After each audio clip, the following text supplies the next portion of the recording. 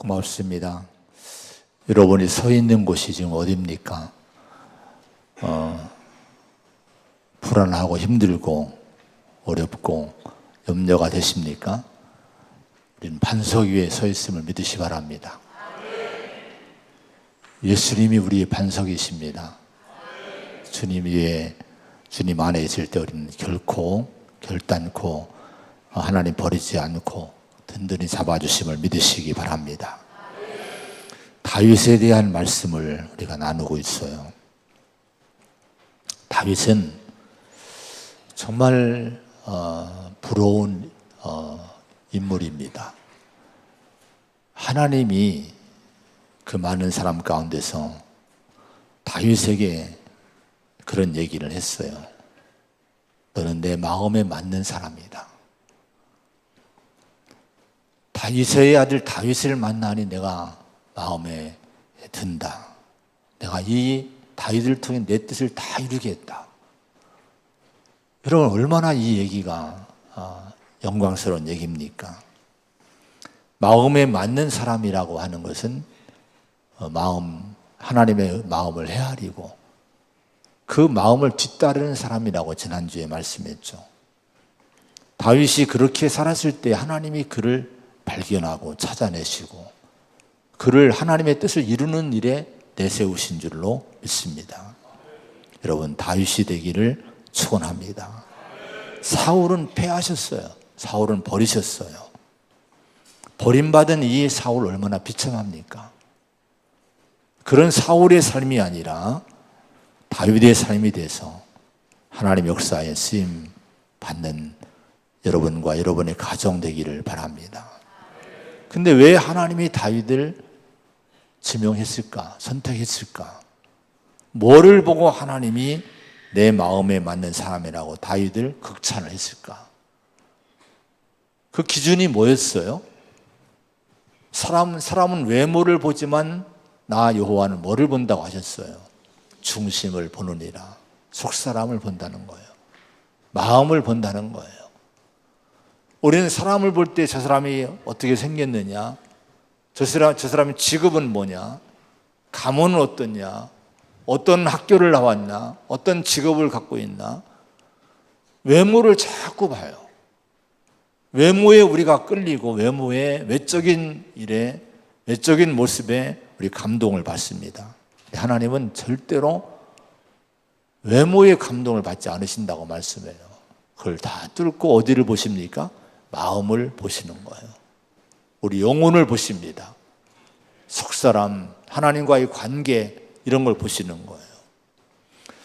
자, 그러면 우리 다윗이 하나님 보실 때 중심이 바르게 세워진 사람, 영혼이 바르게 세워진 사람이기에 하나님이 내 마음에 맞는 사람이고 내 뜻을 이루게 하리라고 하셨는데, 중심이 바른 사람의 모습은 어떻게 드러날까요?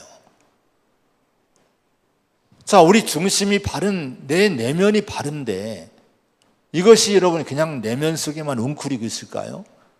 반드시 우리 삶의 모습이 나타나는 거예요. 여러분, 나무가 뿌리를 내리고 이게 자랍니다. 그리고 그 다음에는 반드시 꽃을 피우고 열매가 나오기 시작을 해요.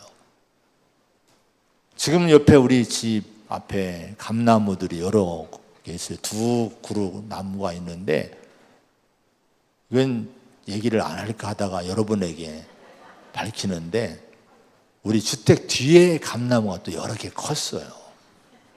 작년까지는 열매가 별로 안 열렸는데 올해는 이 앞에 있는 이 단감도 대봉도 두 나무가 많이 열렸는데, 뒤에 있는 그동안 제가 8년 됐는데 열매를 못 봤어요. 근데 올해는 그 나무들이 얼마나 많이 열렸는지 소문내지 마세요.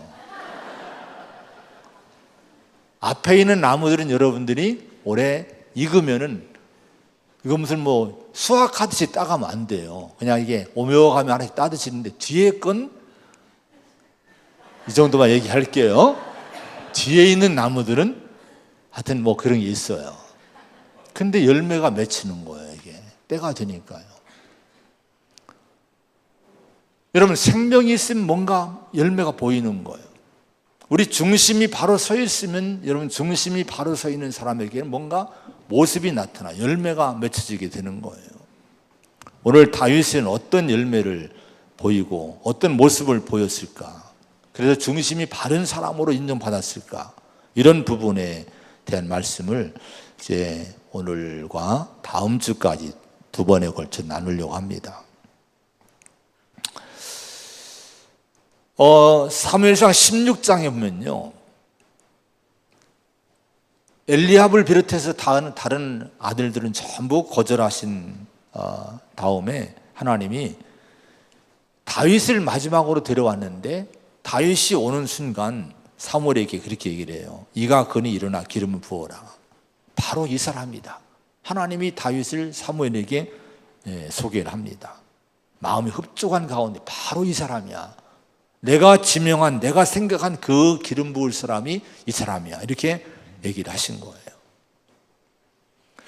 자, 하나님이 다윗을 볼 때 바로 내가 이 사람을 지명했다, 이 사람을 찾은 사람이라고 하는데, 대신 사울에 대해서는 뭐라고 얘기했습니까? 사울 왕이 그 당시 왕이었지 않습니까?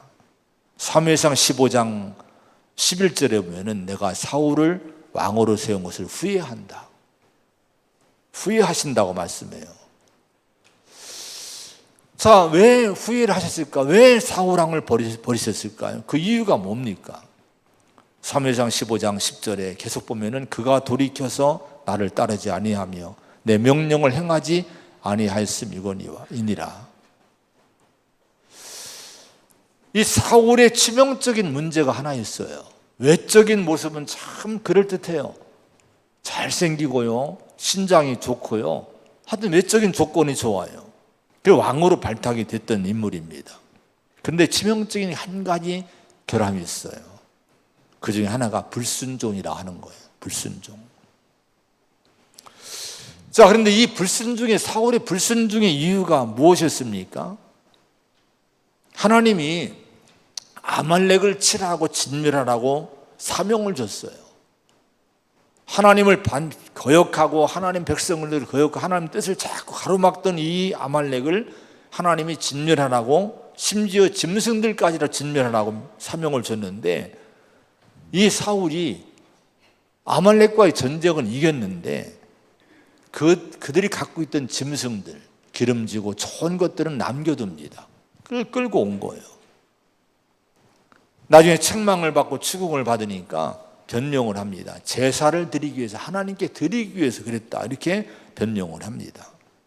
여러분, 제사가 선한 것입니까? 악한 것입니까? 예배가 선한 겁니까? 악한 겁니까?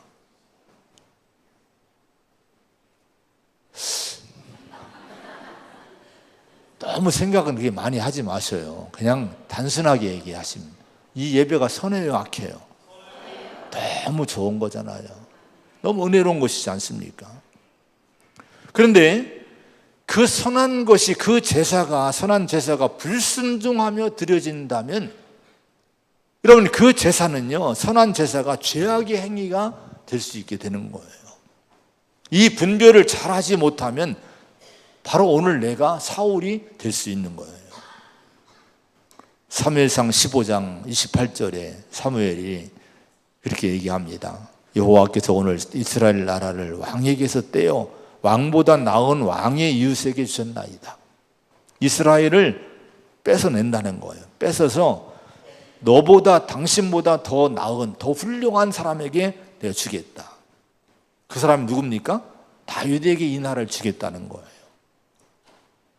자, 그러면 다윗은요, 하나님 보시기에 어떤 점이 사울보다 더 나은, 더 훌륭한 점이었을까요? 17절의 말씀, 17, 18, 19절의 말씀을 한번 읽어봅니다. 시작. 이새가 그의 아들 다윗에게 이르되 지금 내 형들을 위하여 이 볶은 곡식 한 에바와 이 떡 10덩이를 가지고 진영으로 속히 가서 내 형들에게 주고 이 치즈 10덩이를 가져다가 그들의 천부장에게 주고 내 형들의 안부를 살피고 증표를 가져오라. 그때의 사울과 그들과 이스라엘 모든 사람들은 엘라 골짜기에서 블레셋 사람들과 싸우는 중이더라. 자, 지금 블레셋과의 전쟁 중이죠, 이스라엘이. 여기에 이새의 8아들 중에서 장자, 둘째, 셋째, 이 엘리압, 아비나답, 삼마가 전쟁에 소집돼서 참가하고 있었어요. 근데 이들이 아비된 입장에서 너무 걱정되잖아요. 아들이 군대 갔는데, 전쟁에 나갔는데 얼마나 염려가 됩니까? 제 큰형님이 월남전에 참전했는데 부모님이나 할머님이 늘 그 걱정이에요. 돌아올 때까지 2년 동안 있었는데 늘 걱정에 수심에 차 있었어요. 이 이새가 걱정이 돼서 이제 안부를 알아보기 위해서 음식과 함께 아들을 보내는데 그 심부름을 누구에게 시켰습니까? 누구에게 심부름을 시킨 거예요? 이새가 그의 아들 다윗에게 이르되, 이렇게 얘기를 합니다.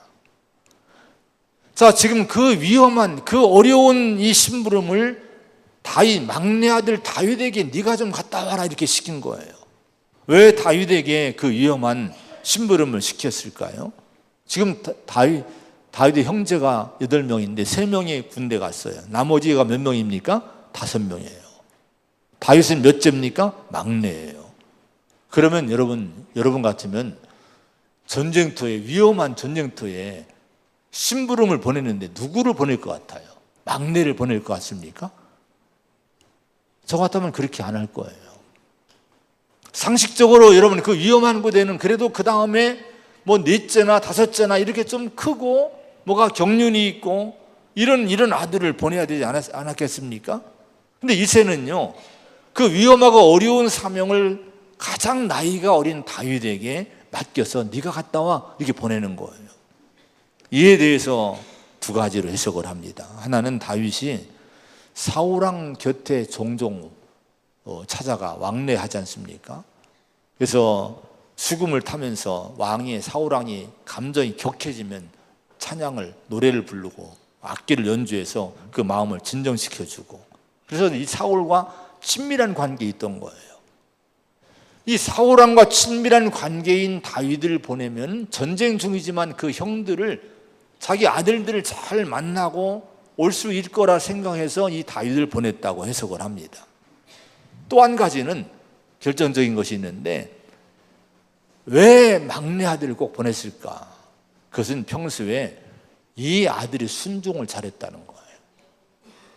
영민하고 좀 민첩하고 또 순종을 잘하고 신실함이 있었던 이 아들이었다고 해석을 합니다. 그래서 이 가장 어려운 사명을 이 막내 아들에게 주어서 보냈다는 거예요.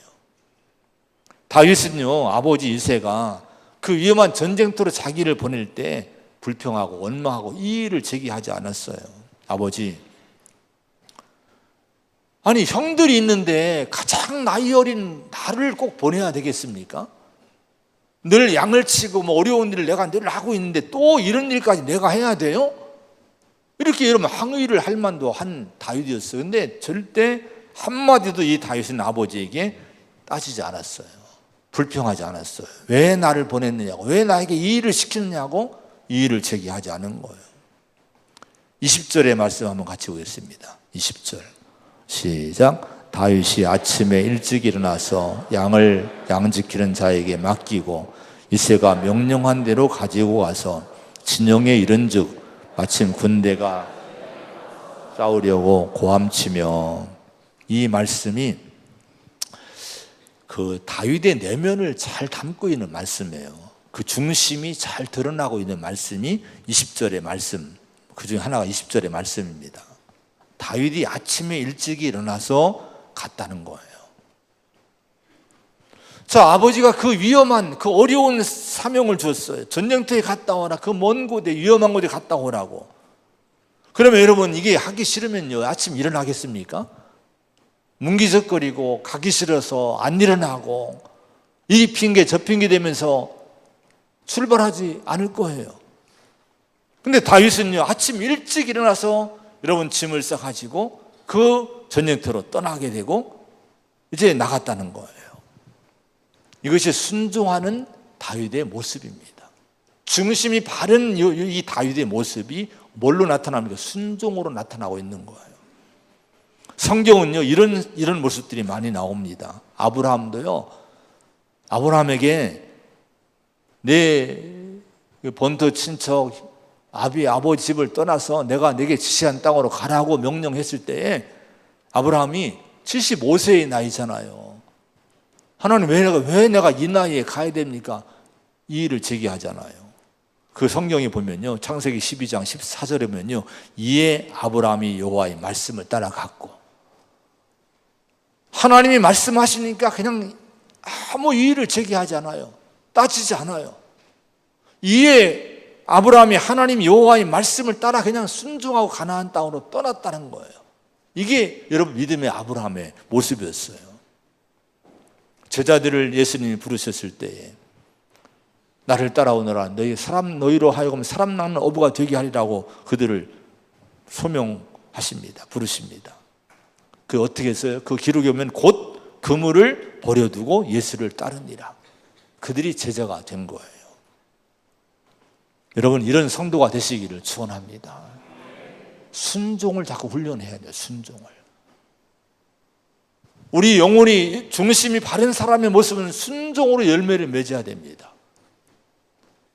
여러분, 이 순종은 교회에서만이 아니에요. 우리 가정에서나 학교에서나 사회에서나 직장에서나 우리 크고 작은 일에서 순종의 영성을 자꾸 만들어 가야 돼요. 이게 여러분 하나님이 보시는 좋은 모습인 거예요.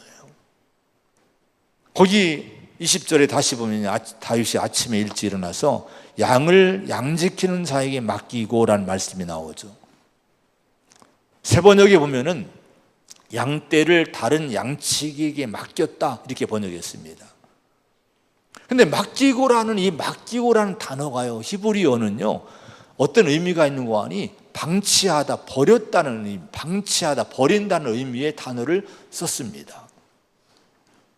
자, 이건 뭔고 하니? 전쟁터로 떠나는 다윗의 착잡한 마음, 복잡한 마음을 표현한 것이 이 말씀이에요. 자기가 그렇게 성실하게 돌보던 아끼던 양들을 다른 양치기에게 맡기고 떠난다면 과연 그들이 이 양들을 내 마음처럼 돌봐줄 수 있을까? 아마 그렇게 못할 거예요. 그렇게 돌볼 수가 없을 거예요. 그래서 그 양들을 다른 양치기들에게 맡기고 심부름을 떠나는 다윗의 심정은 뭐예요? 양들을 버리는 마음이었던 거예요. 양들을 방치하는 마음, 안타까운 마음이었던 거예요. 오늘 본문은요, 이 기자는 다윗의 그 내면의 그 상태를, 심정을 세밀하게 이렇게 배려해서 그 단어를 사용해서 기록을 한 거예요. 근데 중요한 것은 그럼에도 불구하고 다윗은 어디에 우선순위를 뒀습니까? 아버지의, 그 아버지가 맡긴 사명의 우선순위를 둔 거예요. 양들이 마음에 걸렸지만은 그들을 맡겨놓고 아버지가 자기에게 주신 이 사명을 감당하기 위해서 전쟁터로 형들을 만나기 위해서 순종의 길을 출발을 하게 된 거예요. 양을 지키는 것도 중요하지만 아버지 이새가 자신에게 맡기고 명한 사명은 더 중요한 것임을 고백을 하고, 다른 양치기들에게 자기 양들을 맡김으로 어쩌면 그들을 버리고 방치한 일이 될 수도 있었지만은 이 때문에 불순종의 이유를 삼지 않았다는 거예요. 기꺼이 순종의 길을 다윗은 간 거예요. 여러분, 육신의 세상의 일들이 불순종의 변명이 돼서는 안 돼요. 항상 우선순위는 뭡니까? 하나님의 말씀인 줄로 믿습니다. 그때 하나님이 우리를 보시는 거예요. 사울왕과 대조가 되는 다윗의 모습이 바로 이런 모습입니다. 사무엘상 15장 21절에 이런 말씀이 나와요.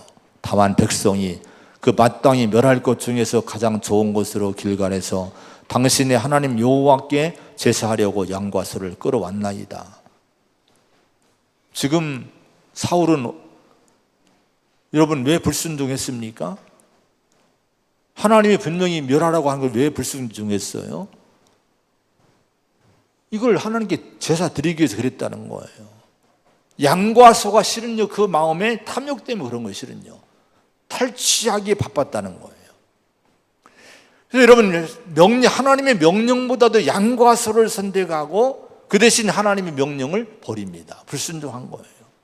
그런 사울에게 하나님이 사무엘을 통해 책망합니다. 여호와께서 번제와 다른 제사를 그의 목소리를 청종하는 것을 좋아하시겠나이까. 순종이 제사보다 낫고 듣는 것이 수당이 기름보다 나으니 이는 거역하는 것은 점치는 죄와 같고 완고한 것은 사신 우상에게 절한 죄와 같다. 이렇게 책망을 해요. 여러분 잊지 마시기 바랍니다. 다른 것이 이유가 되지 말아야 돼요. 아무리 좋은 것도 하나님께 순종하는 것이 가장 우선순위가 되어야 될 줄로 믿습니다. 거역하는 것은요, 불순종, 반역, 배반을 얘기합니다. 이것은 점치는 죄와 동일하다는 거예요. 점치는 건요, 성경에 절대 경고하십니다. 성도들이 근데 의외로 점집에서 점쟁이들이 얘기하는데요, 성도들이 많이 온대요. 이렇게 성도들이, 교인들이 온다는 거예요. 혹시 가슴에 뜨끔하신 분이 있을지도 몰라요. 여러분 인생이 답답하십니까? 그 답답한 일을 누구한테 맡겨야 돼요? 그 답답한 일은 하나님께 기도의 제목이 돼야 될 줄로 믿습니다. 근데 왜 점집을 가나요, 성도가? 금방 뭐를 얘기해 주니까 그거 들으려고 점집에 가는 거예요. 여러분 마귀에게 끌려가는 거예요. 내 인생을 마귀에게 맡기는 거예요. 근데 여러분 이 불순종이 거역하는 것이 그런 점치는 죄와 똑같다는 거예요.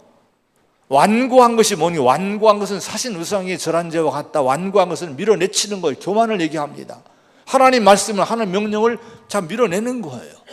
이건 악한 우상에게 절하는 것과 똑같다는 거예요. 그래서 사울왕이 버림받았다는 거예요.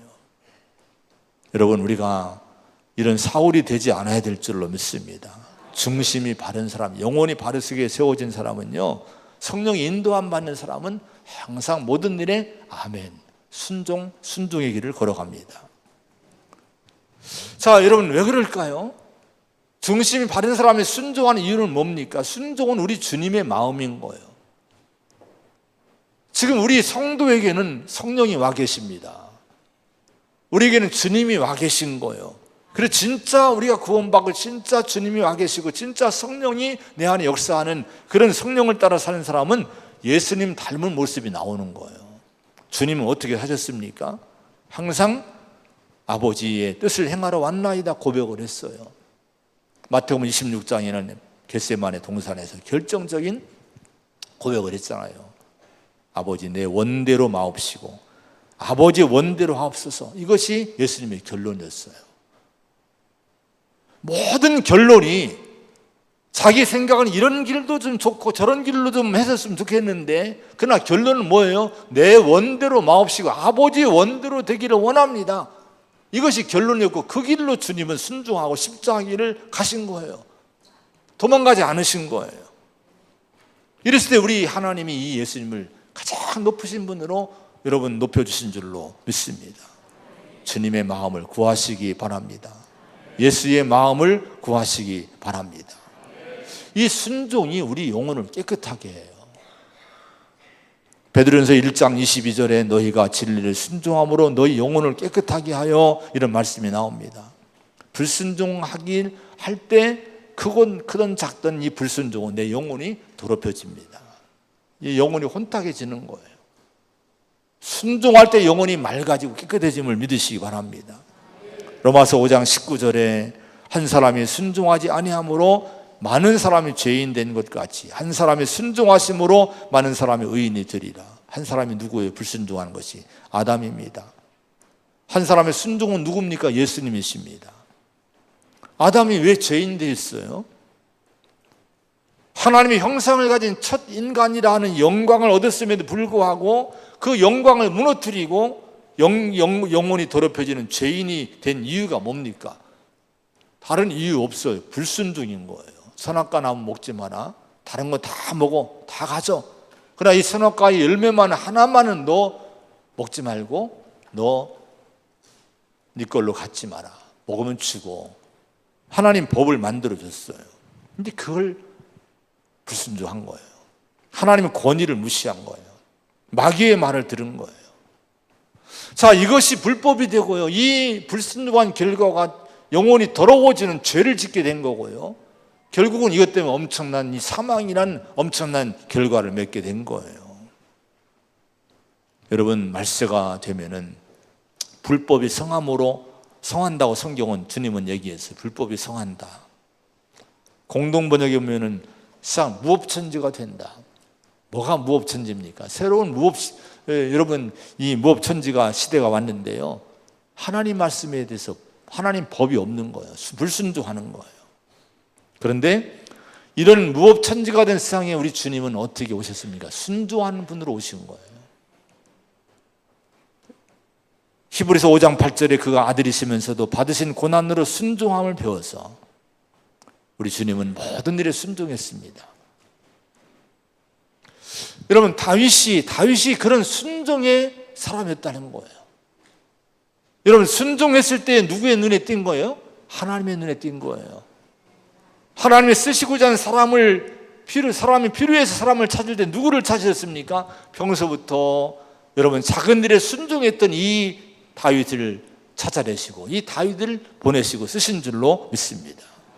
여러분, 정신이 바른 사람은 순종의 열매가 맺히게 되는 거예요. 순종의 삶이 되기를 축원합니다. 두 번째는 온유입니다. 온유. 정신 바른 사람은 온유함이 나타나요. 28절의 말씀 한번 봅니다. 28절 시작. 큰형 엘리압이 다윗이 사람들에게 하는 말을 들은지라 너를 바라 이르되 네가 어찌하여 이리로 내려왔느냐? 들에 있는 양들을 누구에게 맡겼느냐? 나는 내 교만과 내 마음의 완악함을 아노니 네가 전쟁을 구경하러 왔도다. 큰형이 전쟁터에 자기들 찾아온 다윗을 향해서 막 노를 바라는 거예요. 화를 내는 거예요. 화를 내도요, 이 노를 바랬다는 원어를 보면은 과도하게, 아주 너무 과도하게 심하게 화를 낸 거예요. 왜 이 형이 어린 막내 다윗에게 그 화를 냈습니까? 지금 읽은 말씀 보면 다윗이 사람들에게 하는 말을 엘리압이 들었다는 거, 이 말을 듣고 화를 냈다는 거예요. 어떤 말을 들었을까요? 26절의 말씀 보면요, 다윗이 이렇게 얘기를 합니다. 이 블레셋 사람들을 죽여서 이스라엘의 치욕을 제거하는 사람들에게 어떤 대우하겠느냐? 이 할례받지 않은 블레셋 사람이 누구이기에 살아계신 하나님의 군대를 모욕하느냐? 이런 얘기를 한 거예요.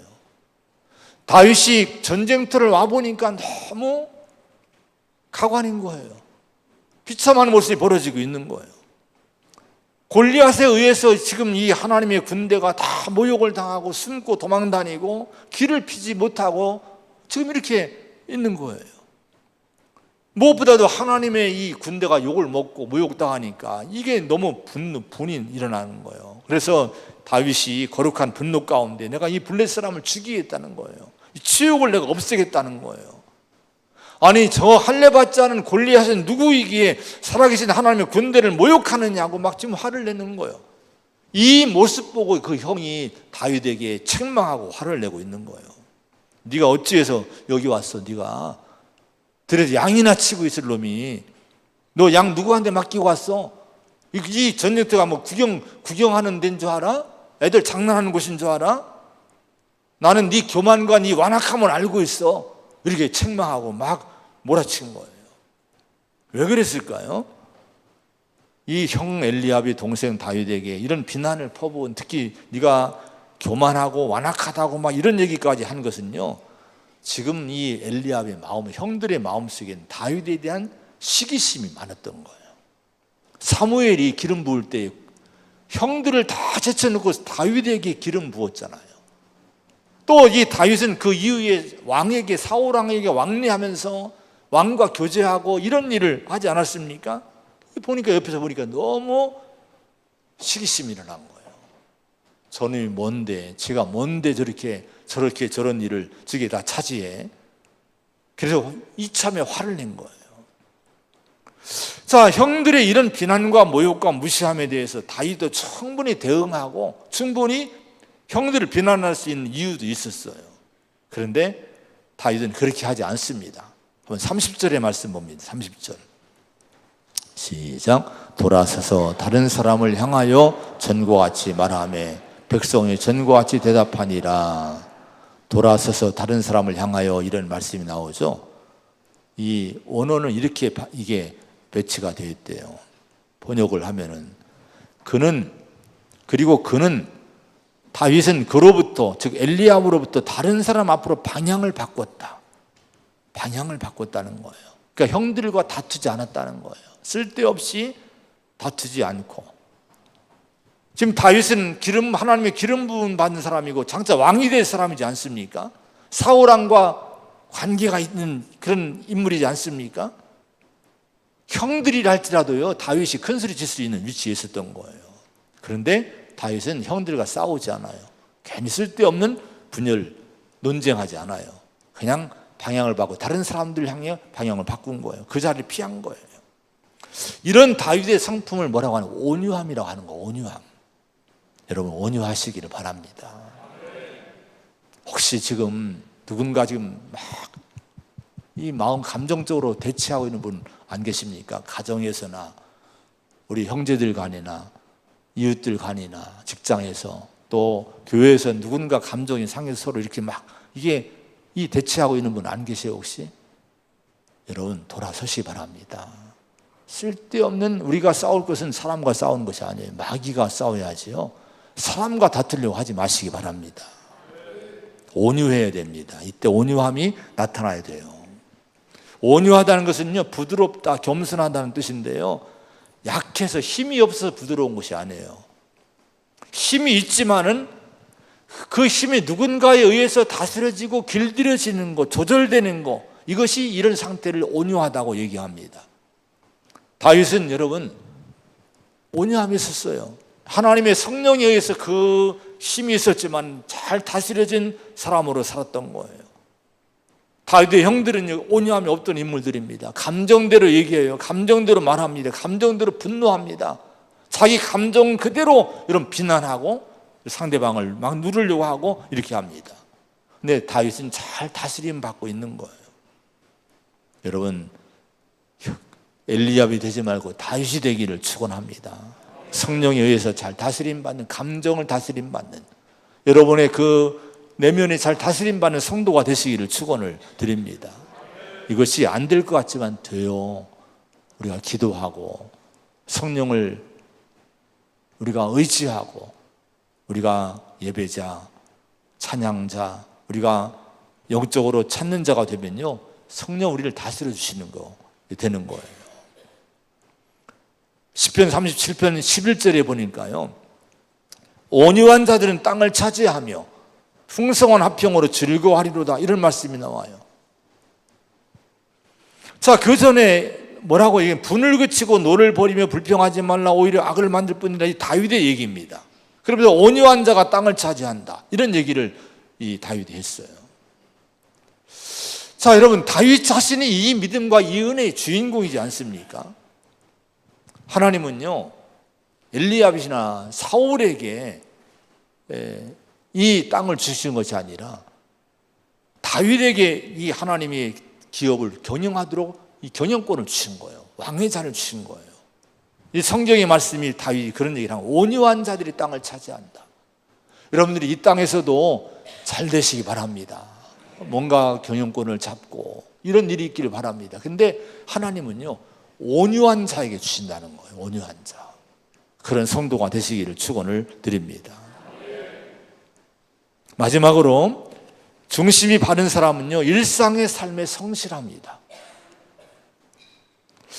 34절이나 35, 40, 36절, 40절, 49절을 보면요, 이 다윗이 사울왕과 대화를 나누고 이제 골리앗과 싸우려고 결심하고, 그리고 이제 싸우러 나가요. 싸우러 나가는 모습 보면 막대기를 손에 가지고 40절에 보면은 또 돌을 5개를 호주머니에 넣고 물매를 가지고 골리앗에게 나갑니다. 그리고 물매를 던져서 돌을 물매에 넣어가지고 블릿 사람을 쓰러뜨려요. 그런데 여러분, 다윗이 물맷돌로 골리앗을 쓰러뜨린 승리가 우연한 것일까요? 그냥 막 화가 나고 막 분노가 치밀어서 돌덩이 가지나 던지니까 그 장대한 거인 챔피언이 골리앗이 쓰러져 죽었을까요? 결코 우연이 아닙니다. 우연히 이렇게 나오는 것이 아니에요. 그 괴력의 블레셋의 영웅을 쓰러뜨린 것은요, 우연으로 이긴 것이 아니에요. 어릴 때부터 다윗은요, 형들보다 더 성실하게 열심히 양들을 치고 지키는 일에 헌신했어요. 우리가 쭉 봐왔지만 다윗은 늘 어디에 있었습니까? 양을 지키는 곳에 있었던 거예요. 그런데 여러분, 양을 지키는 일을 하다 보니까 어떤 일을 해야 됩니까? 양을 해치는 곰이나 사자나 이런 싸나운 짐승들을 물리쳐야 되는 거예요. 이걸 위해서 물맷돌을 던지는 훈련을 자신이 평소에 어릴 때부터 이걸 한 거예요. 물맷돌은요, 테니스 공만한 주먹만한 돌덩이를 이 가죽 끈에 위에 넣어서 돌려서 이게 딱 던지는 거예요. 그럼 돌멩이가 딱 나가서 이 상대방 짐승을 이제 타격을 하는 거. 그러면 짐승이 죽든지 도망가는 거예요. 그런데 다윗이 어릴 때부터 양을 지키기 위해서 이 훈련을 하게 돼서 물맷돌의 명사수가 된 거예요. 다윗이 뭐 훌륭한 군인이 돼서 전쟁터에서 영웅이 되려고 물맷돌을 던진 훈련을 한 것이 아닌 거예요. 자기에게 주어진 일상의 삶에 최선을 다해서 양을 지키기 위해서 이렇게 최선 다한 결과 얻어진 실력, 얻어진 재능이 놀랍게 생각지 않게 전쟁터에 심부름 순종으로 왔다가 이 국가적인 위기 앞에서 골리앗을 보고 골리앗과 싸우러 나갔을 때에 이걸 사용했을 때에 골리앗을 이기는 승리자가 된 거예요. 평소의 일상의 재능이 위대하게 쓰임받게 된 거예요. 그래서 양치는 목동에서 스타 장군이 됩니다. 마태복음 25장 21절에 잘하였도다 착하고 충성된 종아, 네가 적은 일에 충성하였으면 내가 많은 것을 내게 맡기리니, 이런 말씀이 나와요. 누가복음 16장 10절에는요, 지극히 작은 것에 충성된 자는 큰 것에도 충성되고 지극히 작은 것에 불의한 자는 큰 것에도 불의하니라, 이렇게 말씀했습니다. 어느 날 갑자기 큰 축복과 큰 사명들이 내게 주어지는 것이 아니란 거예요. 우리 성도는 그런 꿈 절대로 꾸지 말아야 돼요. 로또가 당첨되듯이 어느 날 큰 축복이 온다, 큰 사명이 주어진다. 하나님 그렇게 축복하지 않습니다. 오늘 내게 주어진 작은 일들, 그것이 무엇이든지 간에 그 일상의 작은 일들을 신실한 마음으로 성실하게 감당하며 사시기를 바랍니다. 가정 일들 잘해야 돼요. 여러분, 가정에서 음식하는 것도 정성으로 하는 거예요. 그것이 하나님께 쓰임 받잖아요. 여러분, 청소를 해도 뭐를 해도 직장에서나 가정에서나 사회에서나 교회에서나 그것이 작은 일처럼 보이지만 그 일을 사명으로 알고 성실하게 할 때 그때 내 재능이 쌓이고 내 힘이 여러분 주어지게 되는 거예요. 그리고 결정적인 순간에 하나님이 그런 사람을 뭔가 내세우고 하나님이 큰 일에 쓰임받게 하시는 줄로 믿습니다. 작은 일에 성실하고 충성하면 큰 일을 맡기시는 거예요. 나태주 시인이 있잖아요. 나태주 시인이 불꽃이란 그런 시가 유명하잖아요. 자세히 보아야 예쁘다, 오래 보아야 사랑스럽다, 너도 그렇다. 아주 국민들의 마음을 위로했던 그런 여러분 불꽃에 유명한 시인이 나태주 시인입니다. 키가 왜소한 작은 분이에요. 공주에 계신 분입니다. 그 딸 남인의 교수, 서울대 교수 남인의 교수가 있어요. 그전에 방송에서 유재석이 진행하는 방송에 나와서 그 얘기를 쭉 하는데요, 아버지 얘기하는데 늘 책과 함께 사신 분이 아버지래요. 월급 타면 외상으로 책을 샀다가 책값을 갚으러 다니신 분이 자기 아버지래요. 어릴 때 자기에게 책을 사주면 국어사전 사주고 꼭 이 국어사전을 가지고 이제 이 공부하라고 하면서 자기 자신도 단어 하나에 그렇게 며칠씩 끙끙 앓면서 매달리고 하더라는 거예요. 하나의 단어를 찾기 위해서. 제가 그걸 보면서 마음에 이게 그냥 시가 저런 시들이 그냥 나온 게 아니구나. 저런 노력이 있었기 때문에 저렇게 평상시에 오래도록 성실하게 이 단어와 씨름하고 뭔가 이런 거 이 책과 씨름했을 때 그런 위대한 훌륭한 작품이 나왔구나, 이런 생각을 하게 됐어요. 그냥 나온 것이 아니란 거예요. 여러분, 오늘 내 인생이 갑자기 갑자기 어떤 작품이 나온 것이 아닙니다. 여러분의 지금 삶의 자리에 성실하시기를 축원합니다. 마음 중심이 바른 사람은 내 어떤 자리에 주어져도 그 일을 잘하게 되는 거예요. 그럴 때 하나님이 높이시는 그때가 올 줄로 믿습니다. 네, 기도하겠습니다. 하나님 아버지, 하나님의 마음에 들었던 다윗, 그리하여 하나님의 뜻을 다 이루게 하리라고 이제 놀라운 영광의 축복을 주신 다윗, 이 다윗을 우리가 깊이 바라보게 하십니다. 중심이 바른 사람에게 순종이 나오고 온유함이 나오고 일상의 삶에서의 성실함이 나온다고 오늘 다윗을 통해 말씀하셨습니다. 우리를 다시 바라보기 원합니다. 내가 정말 중심이 바른 사람으로서 순종의 삶이 있는가, 온유한가, 일상의 삶의 성실한가를 우리가 살펴보는 가운데 우리가 정말 이 일을 위해서 나 자신을 잘 가꾸어 나가고 좋은 열매가 되어 있도록 하나님이 쓰시기에 합당한 사람이 되도록 나를 만들어갈 수 있는 우리 성도가 되게 하여 주시옵소서. 하나님 오늘날 우리를 부르실 줄로 믿습니다. 오늘날 하나님이 우리를 내세우실 줄로 믿습니다. 이 은혜의 삶을 살게 하여 주시옵소서. 예수님의 이름으로 간절히 기도하옵나이다. 아멘.